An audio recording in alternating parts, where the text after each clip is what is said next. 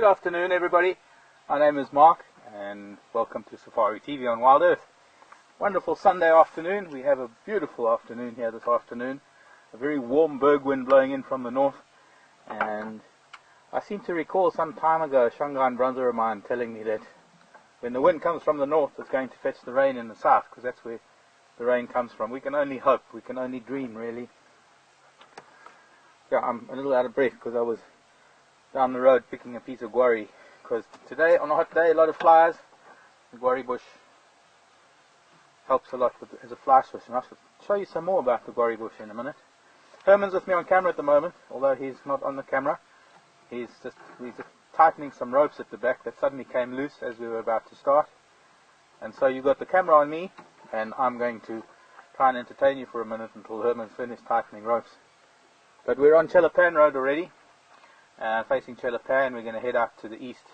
And of course we're going to follow up on some of those lion from earlier today, amongst other things. Tara's in final control, and she will be sending some questions through to me that hopefully you will be sending to her at final control at safari.tv. Anyways, guarri bush. Tell you about the guarri bush while we're waiting for Herman to finish. G-U-A-R-R-I. Very, very hardy. These leaves don't... He's probably making a noise. Leaves don't come off very easily, so they do act as a good fly swish. We've got these tiny little flies that irritate the buffalo, and where they might have a few hundred, only one is enough to be a real pain. And the reason why they're such a pain is because you end up smacking yourself all the time to get rid of them. So I'd rather just whisk them away rather than keep hitting myself in the face. Being such tiny little flies, they get very, very ticklish. Anyways, guarri bush. A lot of you in the past have learned how locals make the guarri into a toothbrush, and I'm going to try and show you that as well. Hopefully you can see what I'm doing. Put the radio on a sec. There we go. See, this is actually a very, very small branch. Normally you'd choose something a little bit thicker to make a slightly bigger brush. But what you do is you take off all the bark from the little branchlet that you've broken, and this little bit you've got to chew this flat. Taste wise, it doesn't really have a taste, which is quite fortunate because it's not off-putting at all.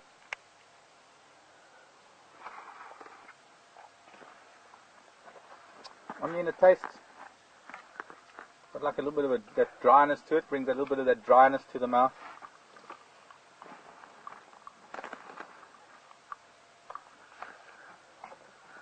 But the idea is to chew it into a little brush.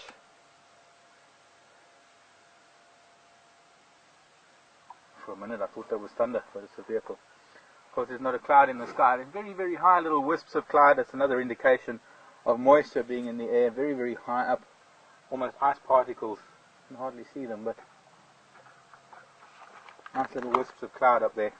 So, this is a toothbrush when you're not near a supermarket, and some of the trees that we have around here are so slow growing that their ash is very, very abrasive. It's very, very hard, and it's nice to use as a rubbing compound or a polishing compound, and it does work very well on the teeth, and it does have some mineral properties, the ash. But it's believed that it's actually been found that the tannin in the guarri does have some medicinal properties, some antibacterial and medicinal properties that help with brushing the teeth. So you dip it in the ash and brush the teeth.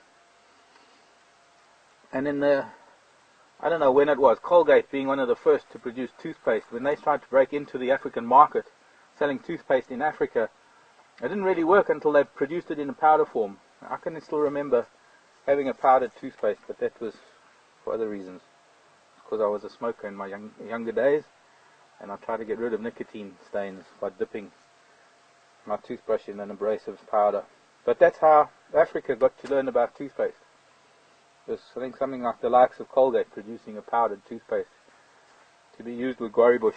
And I'm going to try and find out, I meant to the last time I spoke about it, try and find out what the tree is in East Africa, because there was a tree we were using in East Africa because we don't get the guarri up there. But I'll think of it. It might come to me while we're driving. So speaking of driving, we're going to go to Chelapan. Maybe just have a look at how dry it is, and then we're going to head maybe somewhere east. Either we're going to do Battalier Road or Vulture's Nest, something like that. But join me for the next 3 hours and enjoy the Sunday afternoon with us, or your Sunday morning, or even if you're in Australia, Hong Kong, that part of the world, go away, fly. Turn you into a walk. That part of the world, you're on Sunday evening already. So let's go for a ride.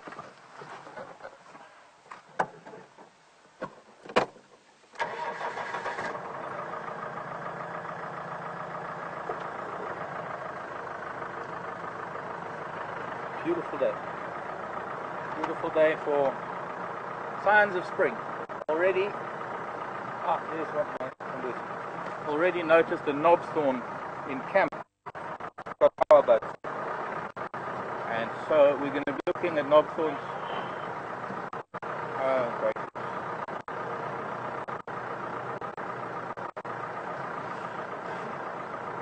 They're flower boats.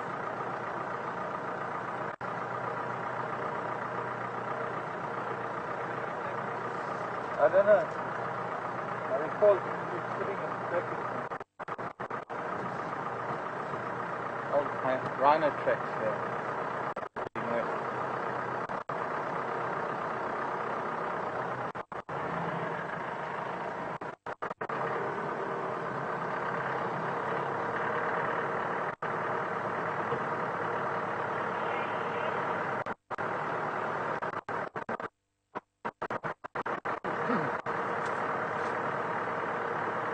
So, as I was saying, we have a knobthorn in camp that's starting to get flower buds, and we just passed underneath one and I saw, I think, about 5.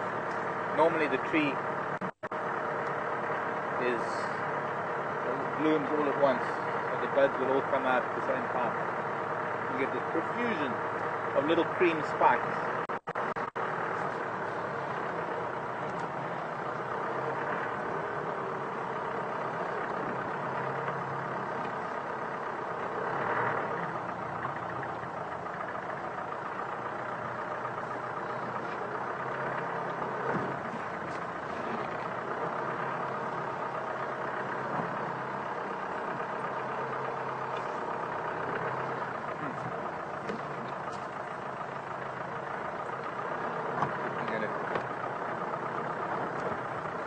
Chrysalid.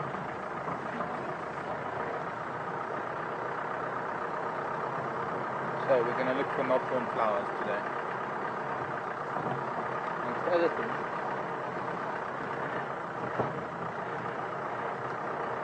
Still a bit of water.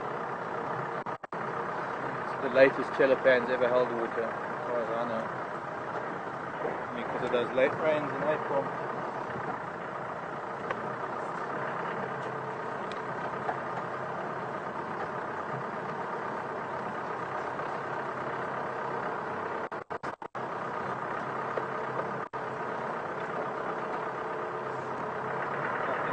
Too recently in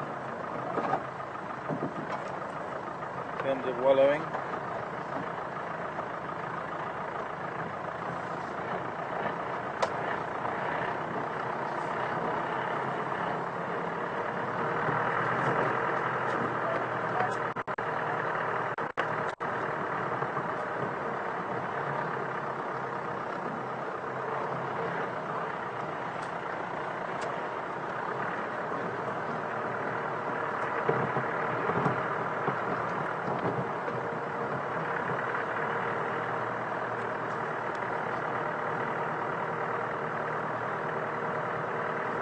Beating fires is another use of the magic worry. Beating out wildfires, using them as fire beaters. Being an evergreen and pretty hardy. They last quite a long time. Obviously a bit bigger than this.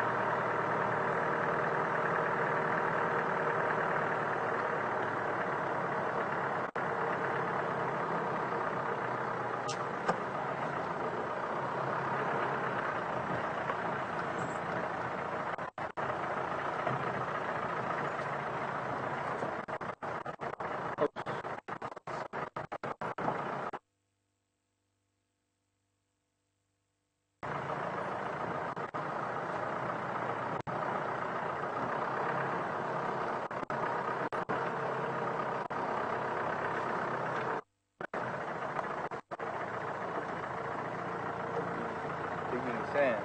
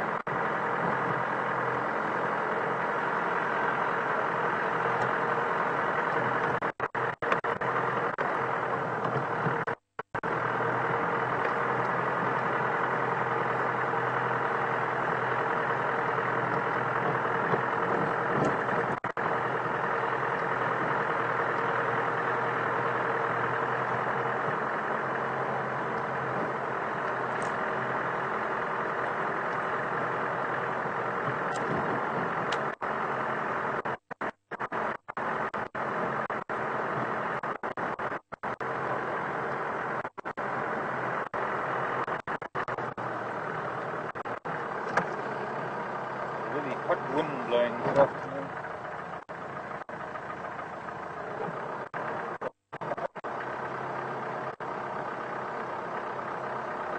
Well,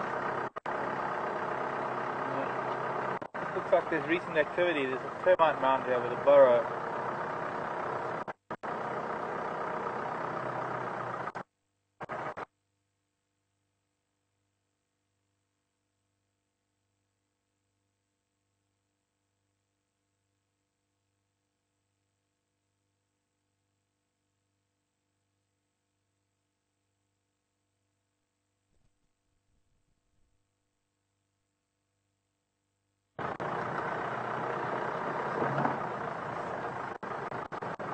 Oh, no, we can't show you that whole.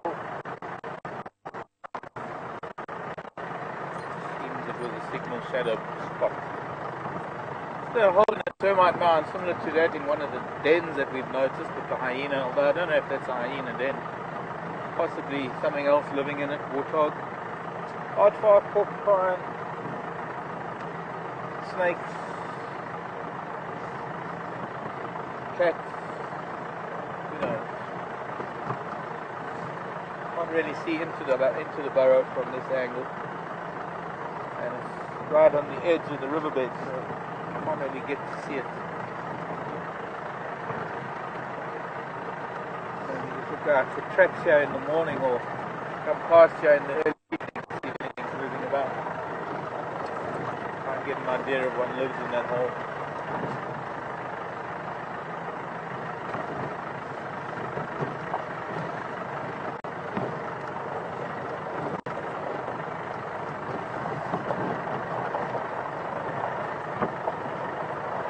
Decided we're going to take Battalier Road, and we're heading up towards Drakensberg Drive on Battalier Road, named after the very beautiful eagles that we see from time to time, the Battaliers, also known as the short-tailed snake eagle. They are a snake eagle, but they are also somewhat of a scavenger, often leading us to kill. More often than not, leading us to a leopard kill more than anything else. And if we have a Battalier and a tawny eagle in the same vicinity, a very good chance that there's something there.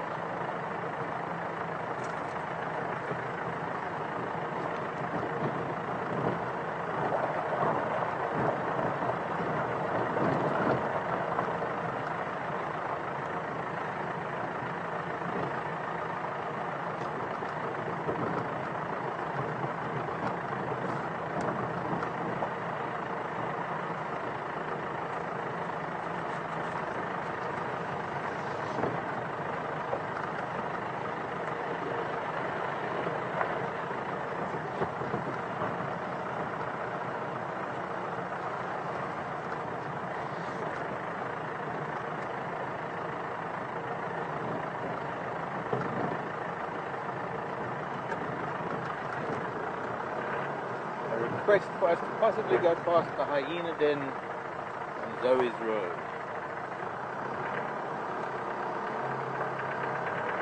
Fruit or fruitless coffee?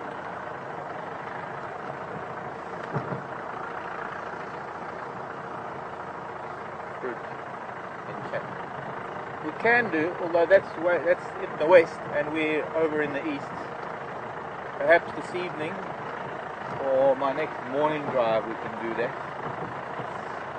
Tonight, this afternoon rather, we're not in that area. Although it's a relatively small area we cover. I want to concentrate things around here in the east and the northeast. There are reports of lion.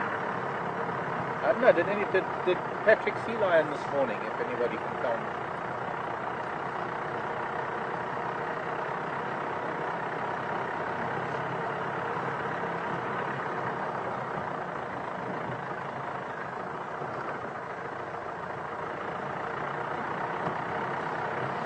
I'm not too sure what time internet went down, so I don't know how much of a drive you had this morning.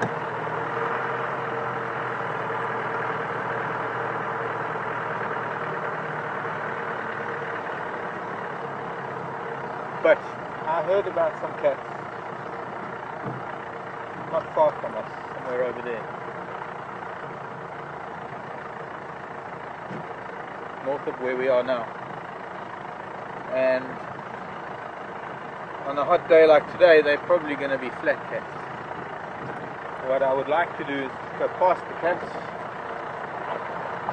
see if they're there, see if we can find them. I don't quite know where they are. I'm expecting to find some sort of sign of their presence, like tire tracks leaving the road, or maybe somebody left a branch in the road as an indicator where they are. The good thing about a hot day like this is if there were cats found in the morning, there's a very good chance that they are going to be here in the afternoon.